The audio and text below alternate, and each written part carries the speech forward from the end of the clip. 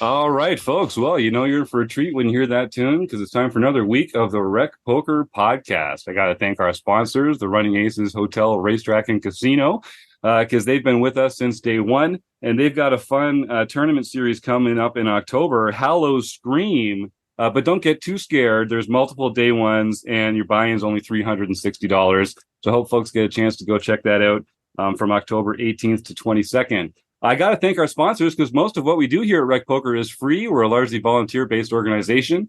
And so I really appreciate the support of our sponsors and our premium members and the other members of the RECing Crew, like me, the folks that put their time in every day, every week, every month to make RecPoker great. My name is Jim Reid. I'm Blusterini in the home game and at RecPoker Jim on Twitter and Threads. And I've got the best freaking job in the world. I get to hang out here on Monday nights live on YouTube at 7:30 Eastern and talk to fantastic people in the poker world like Derek Tenbusch, who we're going to be speaking to in just a moment. But first, I have to tell y'all, if you want to find out more about me and the rest of the RECing Crew, you can go to rec.poker/crew, but you can also just listen up because you can meet a few of them right here tonight on the show. So I am Ben Enslow. I'm BJM96 on Twitch. You can find my socials over there, and I'm East Coast Bidder in the home game. And I'm Chris Jones. You can find me 5B5 on Threads and Twitter. I'm Joe Coolis. You can find me at Joe Cool PhD, Cool with a K, or Elvita11 in the home game. And I'm John Somsky, also known as Poker Geek MN, everywhere. I'm Kim Kilroy. I am Pet Vet 33, most places, Fergie 56 in the home game. And I'm Rob Washam, and I'm Radman50, just about everywhere. Hey, I'm Joseph Wills. I am hockey_poker on the app formerly known as Twitter, and I'm hockeypoker702 on the home game. Right on. Well, thank you to all our RECing Crew members. Dreamwork makes the team work here at RecPoker, and we're having a fantastic time every Monday night, like I say, here on YouTube at 7:30 Eastern. We're going to give away a prize later as we draw awareness towards food insecurity in North America to help a food bank near us. But in the meantime, let's get right to the meat of the issue. It's Derek Tenbusch from Tournament Poker Edge. Derek, thanks so much for coming here on the RecPoker podcast. Thank you so much for having me. It's a pleasure. Yeah, well, I know you've been involved in the poker world for a long time. From playing professionally, starting the Tournament Poker Edge training site, which has spawned its own fantastic podcast hosted by Clayton Fletcher, which is amazing. We've enjoyed having him on the show as well. Now I know you're mostly spending your time streaming on Twitch, which is how our own Ben Enslow got a hold of you to send out the invitation to come on the show. Talk to me a little bit about sort of what you feel like has been your evolution throughout the poker world since you got started to this very day today. Yeah. So I accidentally happened into poker kind of. I was living out in California, working in the music industry. And then I moved to North Carolina, continued working in the music industry for a couple of years before I was laid off. And I ended up really missing the sort of like community aspect of being involved in the music industry, going to shows 3, 4, 5 nights a week, hanging out with bands, hanging out with other people in the industry and stuff. And I was going crazy. I didn't really know what my next career was going to be. And I could not figure out what to do with my life. I was probably driving my wife insane. And we went out to dinner at a bar and they had a flyer up for like a pub poker league. And I was like, I don't know. I used to play like, 5-card draw with my friends or whatever. Like I could go do that. So I just started going like 2 or 3 nights a week and playing poker. I really didn't know what I was doing. And then I really enjoyed it. And after doing that for a few months, then I think they trusted me enough to be like, hey, there's a game in the back for real money. And I was like, ooh, okay, this sounds good to me. And that kind of led me into online poker. But I think I pretty quickly realized that I was never really going to be great at poker. I didn't really have the study habits that were necessary. And I had so much other stuff going on that it was not something I could commit full time to. So, I mean, I played probably more than your average person, but not enough to really I tried to always avoid calling myself a professional. I wavered between semi-professional and recreational, I think. But through that process, and kind of learning, getting on online poker, and I started hanging out in what were the 2+2 forums. I don't even know if those still exist anymore, but yeah, but don't go there. It's a dark place right now.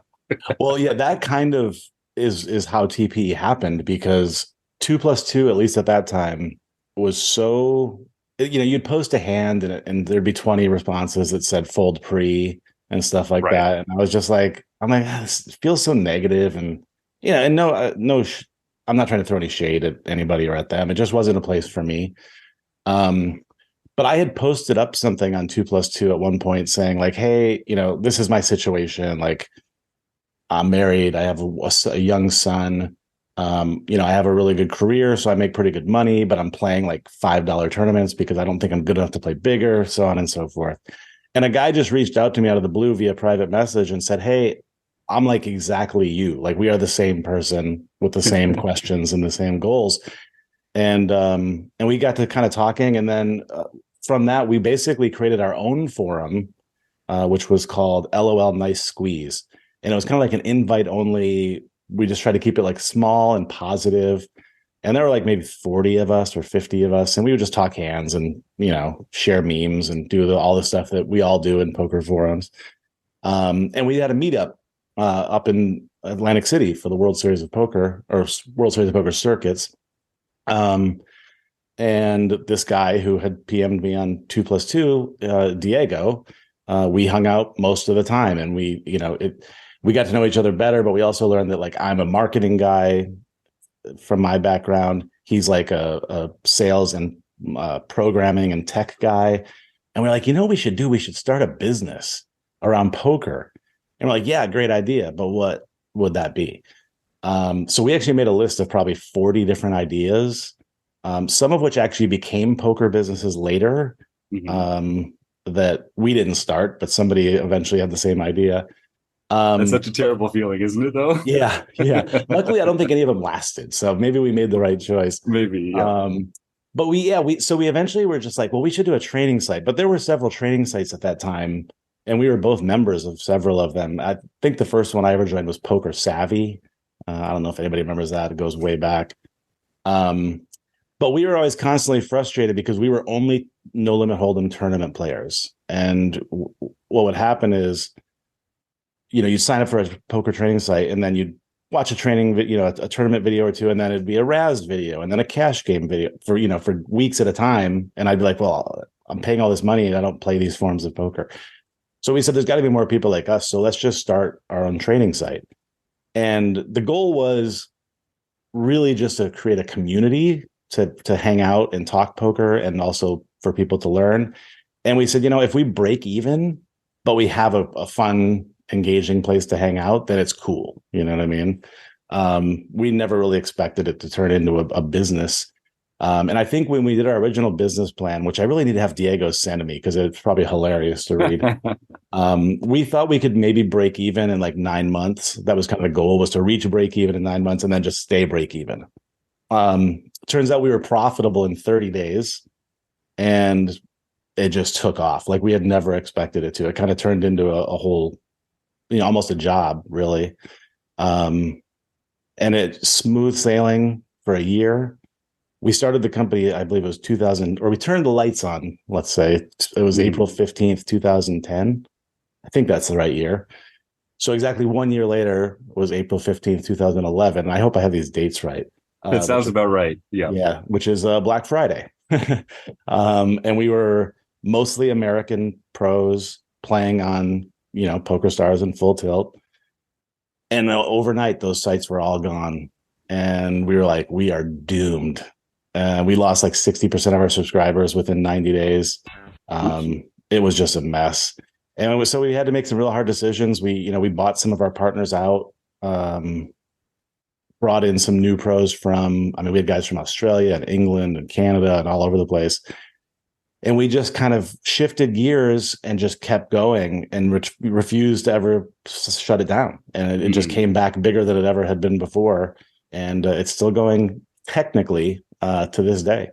Yeah, sure it is. In fact, so I know, Derek, you've stopped adding new material to the site, but it still has, I mean, hundreds, if not thousands of like watchable hours of training content. We're going to give away at least one free month of membership just tonight on the show if people stick around to the food bank drive. And I will say, if you're in the YouTube chat and you've got a question for Derek, type it in there and we'll ask it. And of course, anyone here in the panel as well, we'd love to hear from you for Derek Tenbusch from TPE. So that must have been you must have felt pretty confident after you'd made that pivot, because that was a time that a lot of poker industry companies they were not going to make it through that change. So that you must have felt really good having found that way to still exist and to have that carry through to the earlier time. Yeah, and I'll never know exactly why we survived and somebody like Card Runners didn't, or Deuces Cracked, or all these huge companies. They were always all much bigger than us. I believe it's because we made a real concerted effort to know our subscribers. They weren't just customers. I mean, we would have meetups every time we went to the World Series and to Atlantic City and stuff like that. We had long before Twitch, we had a chat room embedded into our website. So while we were playing our sessions, we would hang out in there and talk hands and just sweat each other to victories and joke about stuff. And we would give away tons of merchandise to people. We didn't really try to sell it and make a ton of money. And I think because of that, there's still people to this day who come into my Twitch channel and be like, man, I signed up for TP in 2013 or whatever, and it was the greatest. And that's always cool to hear. And I think that's kind of what kept us going. We also we ran the company pretty much ourselves. I mean, Diego did all the tech stuff. I did all the marketing. A lot of we had 3 other owners who contributed content, guys like Big Dog Pocket Fives. So we were able to keep our costs pretty low, which is probably what kept us through. But it's crazy because I had moved to Las Vegas about 5 years ago. I decided to sort of semi-retire, and I was going to keep working on TPE as sort of a side hustle or whatever, or even maybe put more focus on it. But I was out there about 9 months, and a former colleague had kept contacting me saying, please come back. You got to do I had been doing marketing for this brewery. And they're like, come back. I need you. And then one day he's like, hey, I'm starting a distillery. Do you want to come back and be a partner in this distillery? And I was like, I do like whiskey. So we turned right around. We had sold out our house and sold all of our possessions. We had nothing, but everything we owned fit a Jeep, except for our dogs. They had to ride in the other car. But so I turned around and came back. Long story short, the distillery became a much bigger venture than I had anticipated. So I got so busy that I couldn't, I didn't have time to really work on TP at all. Diego's a vice president of marketing for a big tech company up in New York. And we just got so busy that it was kind of getting to the point where we were still continuing to put out content and stuff, but we couldn't engage. And that's why, to my point about community, we couldn't really engage like we used to. Clayton took over the podcast. We weren't really appearing on it all that often. We weren't as active in the forums as we wanted to be. We were just like, you know what? This feels wrong almost. Like, I don't want to do this way if we're not really into it. So we said, well, why don't we just, we debated, do we just shut it down? Do we sell it? What do we do? And we said, well, why don't we just, there's 3,000 videos up there on the website. Why don't we just stop creating content, let the community live on? And if people want to come and go or leave or, we get signups every day from people who have just joined for the first time. So it's still going. We may return to creating content again someday, but for now we kind of put the focus on the podcast and sort of and Twitch and sort of different avenues of reaching that community, I guess you could say. Well, a lot of this stuff sounds really familiar. I know, I've been listening to the TPE podcast since you guys started it up, and it's been interesting to watch your organization evolve. RecPoker also started as a community, as a way to find other like-minded folks who enjoyed the fun of poker and, sharing their love of poker in, an encouraging and a positive way. And like you guys, you're looking at the team that runs it here. It's the RECing Crew, it's a labor of love for sure. And we get so much out of it. I'm sure you also, we find when you're teaching, you're learning, when you're sharing your love, you're enjoying your love. Like it's a very rewarding way to spend our time. Now that you've transitioned to streaming quite a lot, what's that experience like, and what's sort of like the feedback, and how does that differ from from sort of creating the site and teaching to this more real-time streaming experience? Yeah, so I really started streaming on Twitch strictly as a marketing play. I think I logged on one day and I saw Jamie Staples streaming, and I was like, oh, this would be if I could just figure out a way to get an audience that I can just plug TPE links in the chat all day long and get people to sign up. And I think back then, I actually tweeted about this a couple of weeks back. It used to be if you logged into the Twitch poker directory, there were 5 or 6 people streaming. And that was it. It was like me, Jamie Staples, and like 3 other dudes. Yeah. And so it kind of, I quickly realized it wasn't going to work if I used it strictly as a money making tool or a marketing play. And I found out that immediate, and this kind of goes to your question of what that feedback is like. The immediacy of that feedback is so much more like enriching as a human. And I was like, wow, this is really cool. Of course, the whole time I was also thinking, wow, this is going to put us right out of business because people are just going to start coaching on Twitch for free. Right. So I ended up, and I do still have links to TPE, because when I first started, I had like TPE banners and all this stuff. And I still have links in my chat, but they only kind of go if somebody types TPE or whatever. But I started enjoying it so much and making so many good friends and just enjoying the whole process that I just started doing it for my own personal enjoyment. So what kind of started as a business move turned more into just a personal fulfilling thing. And it's been an absolute blast. I actually, before I jumped on here, because I was like, oh shoot, what if they asked me when I started streaming and all this stuff? And I'm not going to be able to remember. And it's been about 9 years actually, almost 10. Because I had to look it up. But I pulled up my streaming hours, and I think if I read it right, it was something like 6,000 hours of streaming since this website started tracking, which was actually a couple of years after I started streaming. Right. So I've put in a lot of time. I don't put in as much anymore. I used to stream 4 nights, sometimes 5 nights a week. Now it's 2 or 3, just because the distillery has gotten so busy. But I still absolutely adore it. In fact, to be very honest, I actually enjoy it way more than I enjoy playing poker. Oh yeah.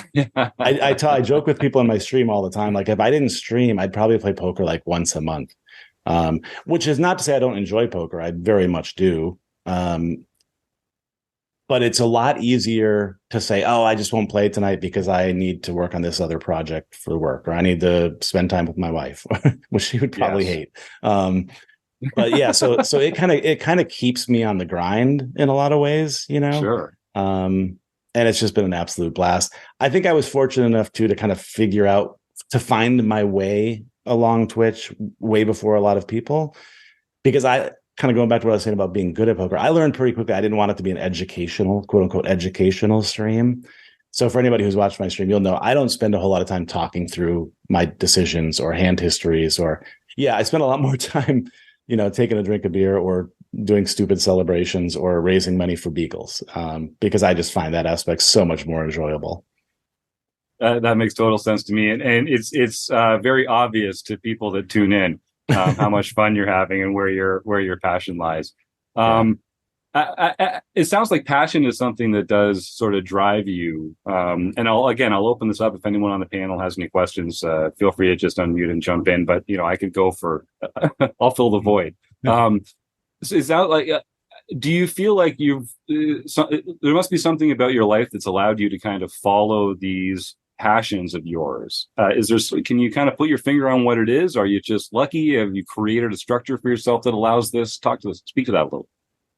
There's a little bit of luck involved. But so when I finished, I really only went to college because I lived in a very small town in northern Michigan and I couldn't wait to get out. And I just wanted to go start a rock band. So I really went to college just to start a rock band. And I figured, well, I'll have to take classes while I'm there, but at least I could meet some people who like to play music and we can do our thing.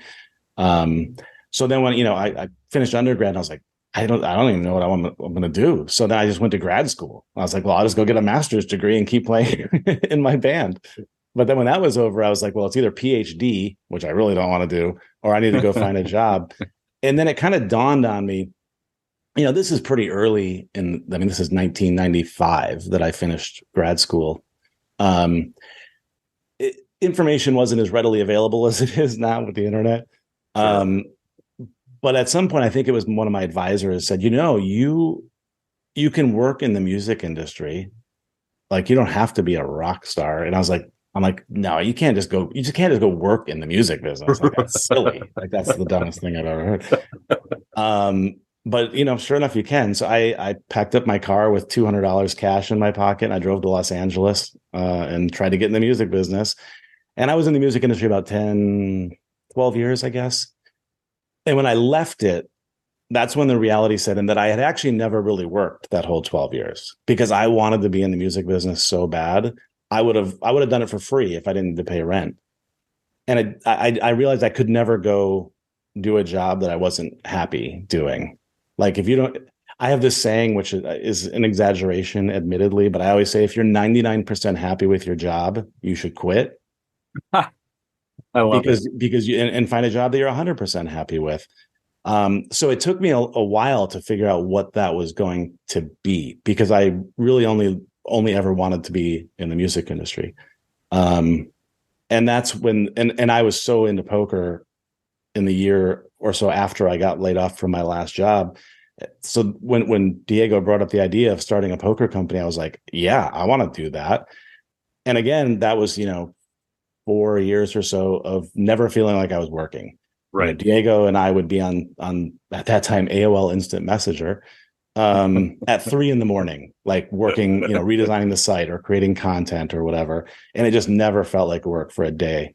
And then when TPE kind of got rolling and it was almost like it ran itself in a lot of ways, I was kind of like, well, now I'm kind of bored. So what else can I do that's like really, really fun?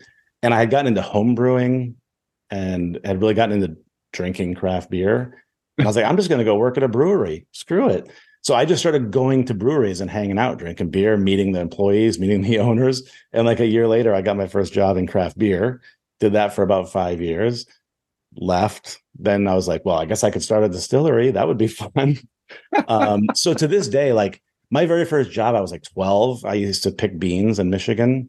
That was the last time I feel like I worked. Like, I don't feel like I've ever worked a day since. Doesn't mean I didn't do hard work, but I wasn't working.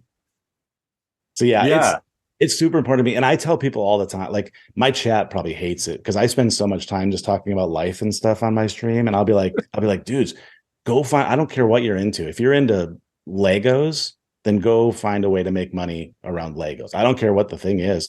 Yeah. But just stop being miserable, man. I saw a TikTok the other day. Yes, I'm on TikTok. It was a guy my age, and he was talking about the average life expectancy. And he said, I only have 27 summers left. And I was like, oh shit. I best get to work enjoying life even more. Yep. Yeah. So yeah, I preach it all the time, and people get really tired of hearing it. I think that's a great attitude, though. Here, Ben Enslow, you've got something to say or ask, I think. Jump I appreciate you for coming on and getting back to me and getting on the show. It was you who came in my chat, and then I was like, I got to make sure I message Derek and ask him to come on the show. It's been such a great conversation. But I got to know about the Beagles. I got to know about the Beagles because I'm so curious. I've watched the stream before and stuff. So I just love to hear your insides on the Beagle Foundation and stuff you're working on there. Yeah. So my wife and I's first dog was a Beagle, and she lived about 18, but before she passed away, she actually got loose. She was probably 15, 16 years old. She was on the run for 2 weeks. And we had, reached out to all these organizations trying to help find her and stuff. And one that was very helpful was Triangle Beagle Rescue, which is the organization we work with. And I think it was, so then when Tammy, my dog, passed away, we sent them a small donation and just said, in her honor or whatever. And I think maybe 3-4 months later, we got a postcard saying, "Would you like to foster or volunteer?" Which I assume they send to everybody who donates. And we just started doing some very like minor volunteer work and stuff like that. And then it just kind of spiraled. She's on the board, does all their marketing and social media and events and stuff like that. And we still foster fairly often, although our dog Spot was a foster failure. So he was a foster with us for a year. And then we realized he was not leaving. So he's ours now. And he doesn't get along so good with other dogs. So we don't foster as much anymore. But in fairness, she does all the heavy lifting on the Beagle stuff. Like I do my annual stream. And, you know, I'll transport dogs and help out at events and stuff like that. But I mean, she's the real rock star when it comes to that. But it's just kind of become I almost think of it as my vacation from my vacation. Like I love streaming so much and I love, you know, poker and running the distillery and stuff. But you do have to take some time, I think, every once in a while to just like do something for others or to give back a little bit or something and just not be in front of a computer. So it gets us outside and it gets us doing fun stuff. But it's a real passion. And so I have my 9th annual charity stream coming up in November. And I think in the previous 8, we've probably raised somewhere around $25,000 for the rescue. Amazing. Just through that Twitch stream. And it's a all volunteer run organization. You know, there's no paid CEOs or anything like that. All the dogs are kept in people's homes. So we don't even have like a facility or anything. So it's real rewarding to me knowing that like every penny goes to actually rescuing animals as opposed to like the electric bill or the CEO or marketing costs or whatever. So yeah, it's a lot of fun and it's an adventure. Sometimes I'll come home from like, you know, a night out or something, and there'll be like 4 dogs in my office, and I'm like, what is going on here? Well, it's a great cause, and good for you for, you know, using your position and your platform to help that out. And let's connect offline. I'd love to donate some prizes if there's a way you can maybe have an auction or a raffle or something and make some. I appreciate that. Stream. Yeah, no, we'll make that happen for sure. Cool. Joe. Oh, sorry. No, go ahead, Derek. Oh, I just said cool. Oh, awesome. Joe, did you have something there? I saw you just unmute for a moment. Yeah, I was just going to say that those of us who do charitable work for humans always are quite jealous of those doing work for animals because I may raise $25,000 in a year doing all this work for human stuff. And then my technician who works for me raises money for feral cats, and she always quadruples or quintuples whatever I bring in during my events. So, yeah, I mean, it's good work, but yeah.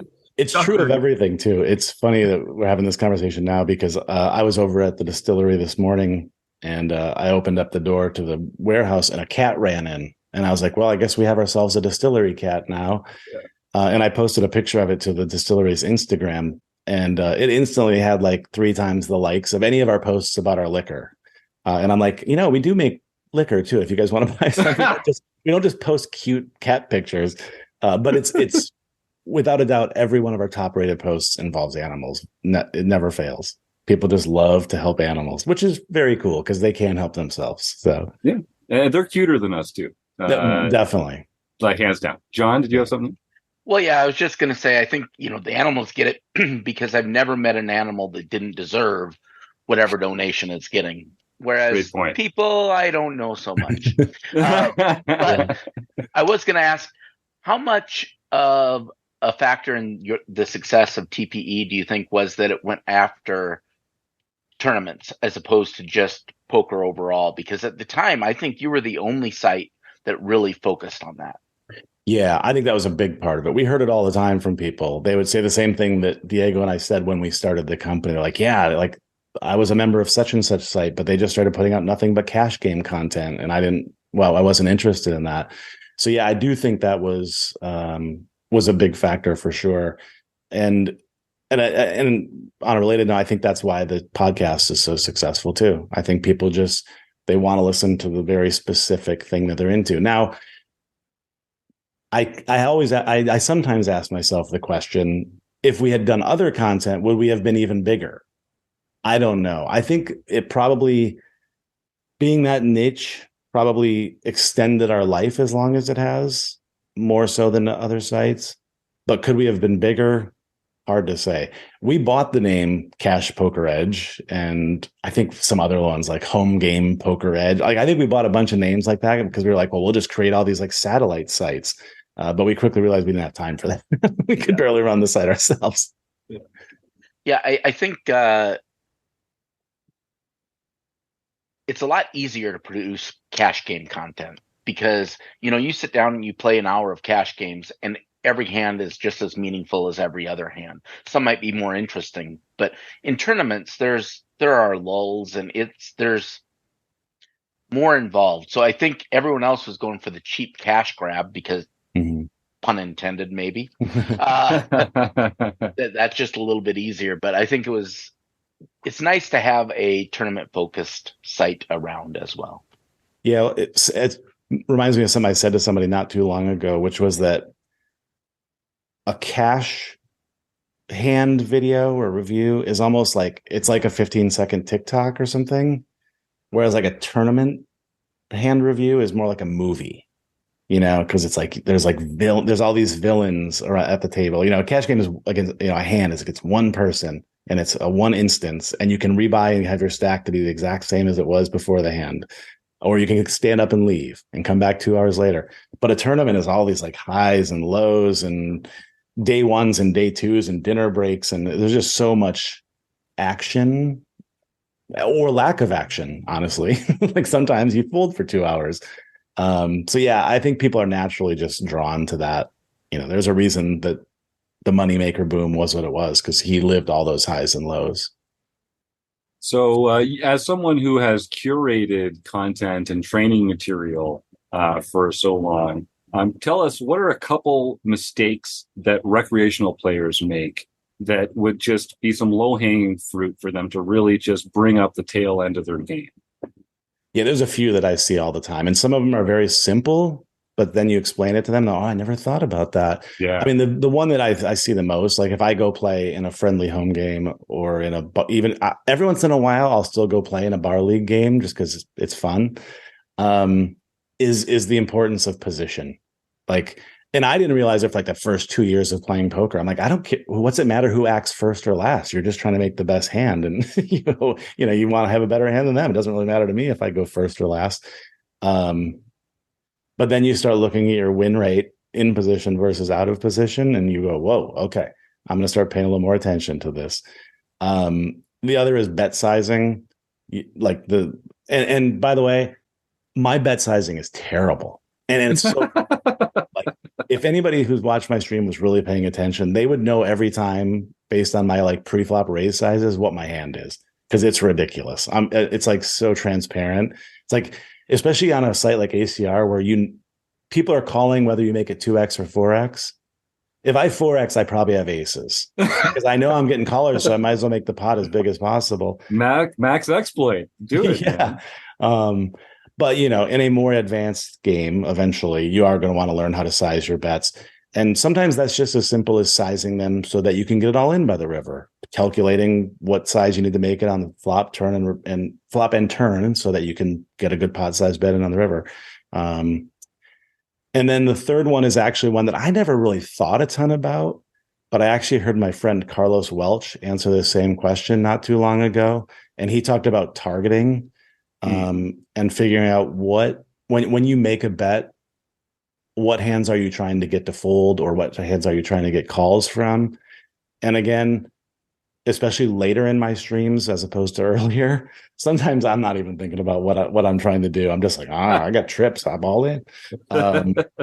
Forget the fact that he or she can't call with anything except a hand that beats me. It doesn't matter. All in. But those are three of the biggest things that I see. I think those are great. Those are great things that everyone should pay attention to. So Derek, I'm so appreciative of you taking this time to share some history and some knowledge with the RecPoker audience. If folks want to get more involved, they can go to tournamentpokeredge.com. What's the Twitch handle and what's the Twitter handle? How can folks get a hold of you? So I am at Derek Tenbusch on Twitter or X. Never going to get used to that. Yeah, no, it does not feel right. No. which people never can remember how to spell. But if you just type in Killingbird, you'll find it because nobody else uses that word anywhere on Twitter except for me. And then twitch.tv/Killingbird is my Twitch handle. We do a Tuesday night home game every week. And then almost every weekend, almost every Sunday, we do a TPE free roll, which is 1K.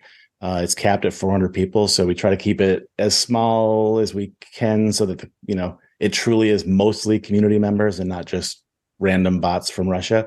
Yeah. That's our goal anyway. We haven't quite succeeded 100% yet, but we're getting better. Good, that's great.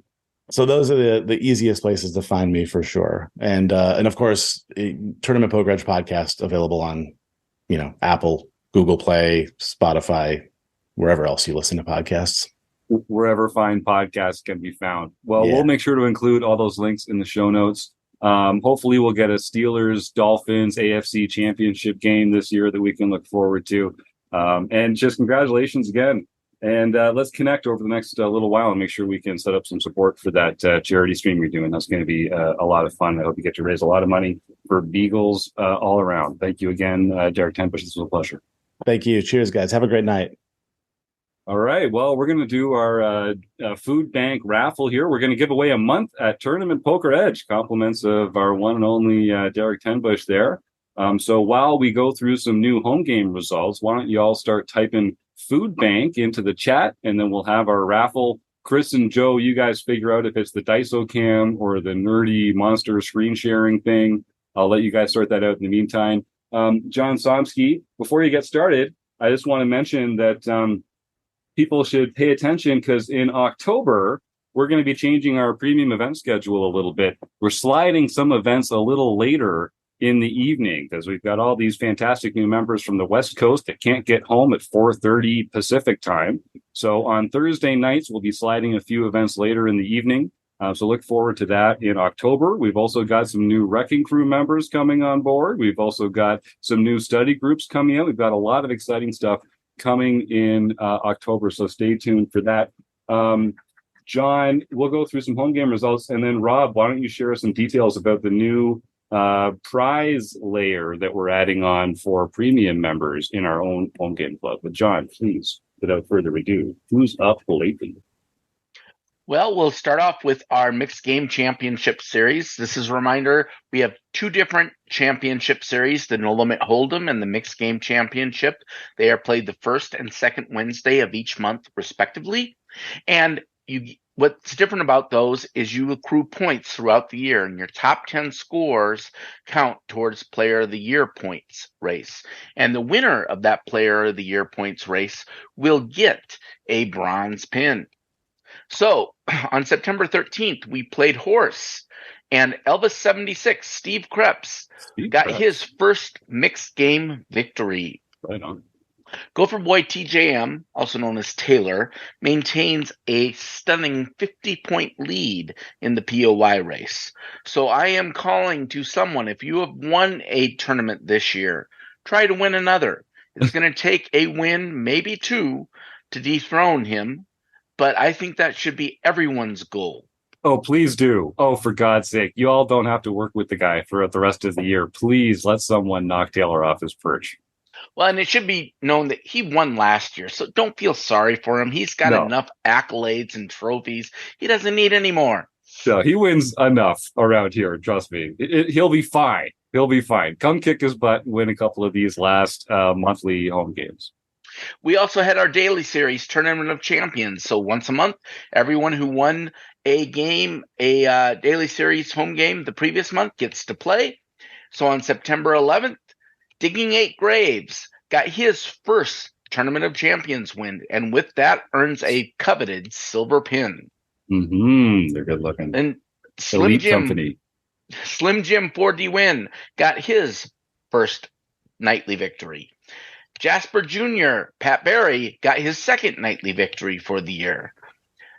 Pokerloon 91 got his or her first international victory. Evil Roy CA, David Westerveld, got his sixth international victory, 62 lifetime victories. Insane. J May USA, Jun Namoto, won the LPP event, so he or she can contact info@rec.poker for the free month at Learn Pro Poker. But then last but not least, Jasper Jr., Pat Barry, won the Heads Up event. So he gets to play in Marek Madness. So that's 2 wins in 1 week, and that's his 27th lifetime victory. And congratulations to Pat Barry. He had to go through a couple of excellent players and me to win that Heads Up match. He just took me to the woodshed in round number 1. I had fun, but he just showed me the nuts several times. I made some tight folds, and I know he also had to beat Jim Gibson. So 2 of the main gyms here at Rec Poker, he just went through like a wrecking ball. So congratulations to Pat Barry. And 2 in a week. Wow, that is impressive. And yeah, if I think it was it J May USA that won the LPP prize on Sunday. They also drove the furthest to be here because I believe they are playing from Japan. So congratulations to them on their victory. And yeah, send that email, info@rec.poker, and find out what you can do over at Learn Pro Poker, another fantastic site. Rob, why don't you tell us about this new point system that we're introducing, and then we'll see who's going to win a free month at Tournament Poker Edge tonight. Well, what we're going to do is we're going to track the results during the home games each month by premium members. So we're going to look at ROI. So the ROI is basically how many free chips you win for every free chip you spend, basically, right? So we're going to do a points leader for the ROI. We're going to do probably the top 5. And we're going to think about, what sort of prize that we could give away to the winner each month. So if you're not a premium member, you're not going to be eligible for this prestigious new structure that we're putting in there. So if you're not a premium member yet, get on board, become a premium member, and you could be one of the top 5 each month in the ROI contest. There you go. And all you have to do is play in the games. There's a minimum of 4 games played in the month. So as long as you're playing 1 game a week and you're a premium member here at Rec Poker, you'll be automatically entered into that qualifying pool. And then Rob and John will get together behind the scenes, do some alchemy, and figure out who the top 5 winners are. And then we'll have some announcements about what some prizes are going to be. I think one thing we've talked about is the winner each month will get to choose to come on the podcast panel when there's a guest that they're interested in, to come and ask that guest questions and participate in the panel conversation here, talk to that guest. There's going to be some other fun stuff coming up. We're also, should I just blab it? Okay, I'm going to.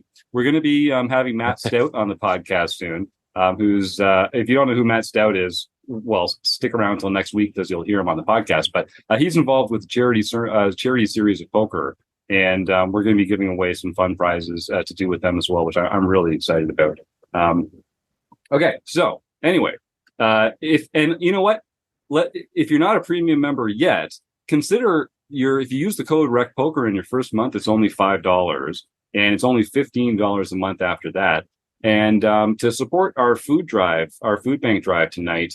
I see 7 people have typed the word food bank into the YouTube chat. That's great.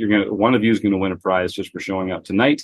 And I'll say this to our YouTube audience and to our podcast audience at home. If you email me a screenshot of you donating $15 to a food bank near you, then I will give you a free month at Rec Poker, because one good deed deserves another, and we love supporting food banks near you here at Rec Poker. So, Joe and Chris, have you decided? Do we know who is going to be the arbiter of pleasure? Looks like it's Joe. Yeah, you're the arbiter of pleasure tonight. What the hell is the arbiter of pleasure, and what the hell am I going to have to do? I'm a little concerned right now. Why don't you share your screen? I've got, I count 7 entrants in the food bank draw here. Phil, Luke, the RRRCCC, Stu, K-Poker Wannabe, Joe, and Graphics 16. So that makes 7. I'm guessing you're going to roll an 8-sided nerdy die on top of these mythical beasts. How about this? Since Derek was so nice to, and these aren't all mythical beasts. 3 of them are dogs, but fair enough.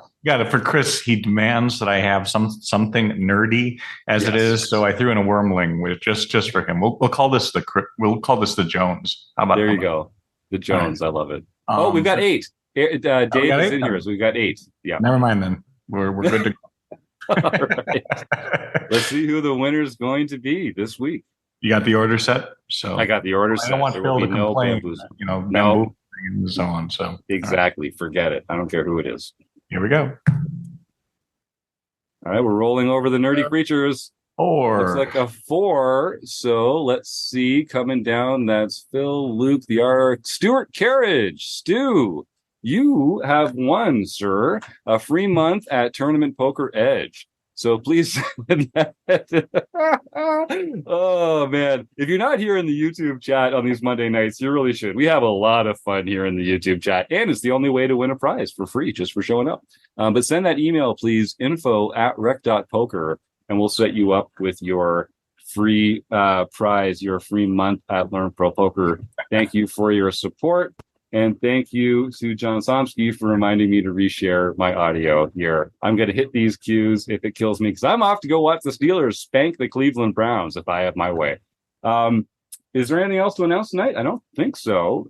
Thanks to everyone here for joining me and having such a fantastic time. Obviously, Derek Tenbusch, what a great guest. I might have to have him back sometime.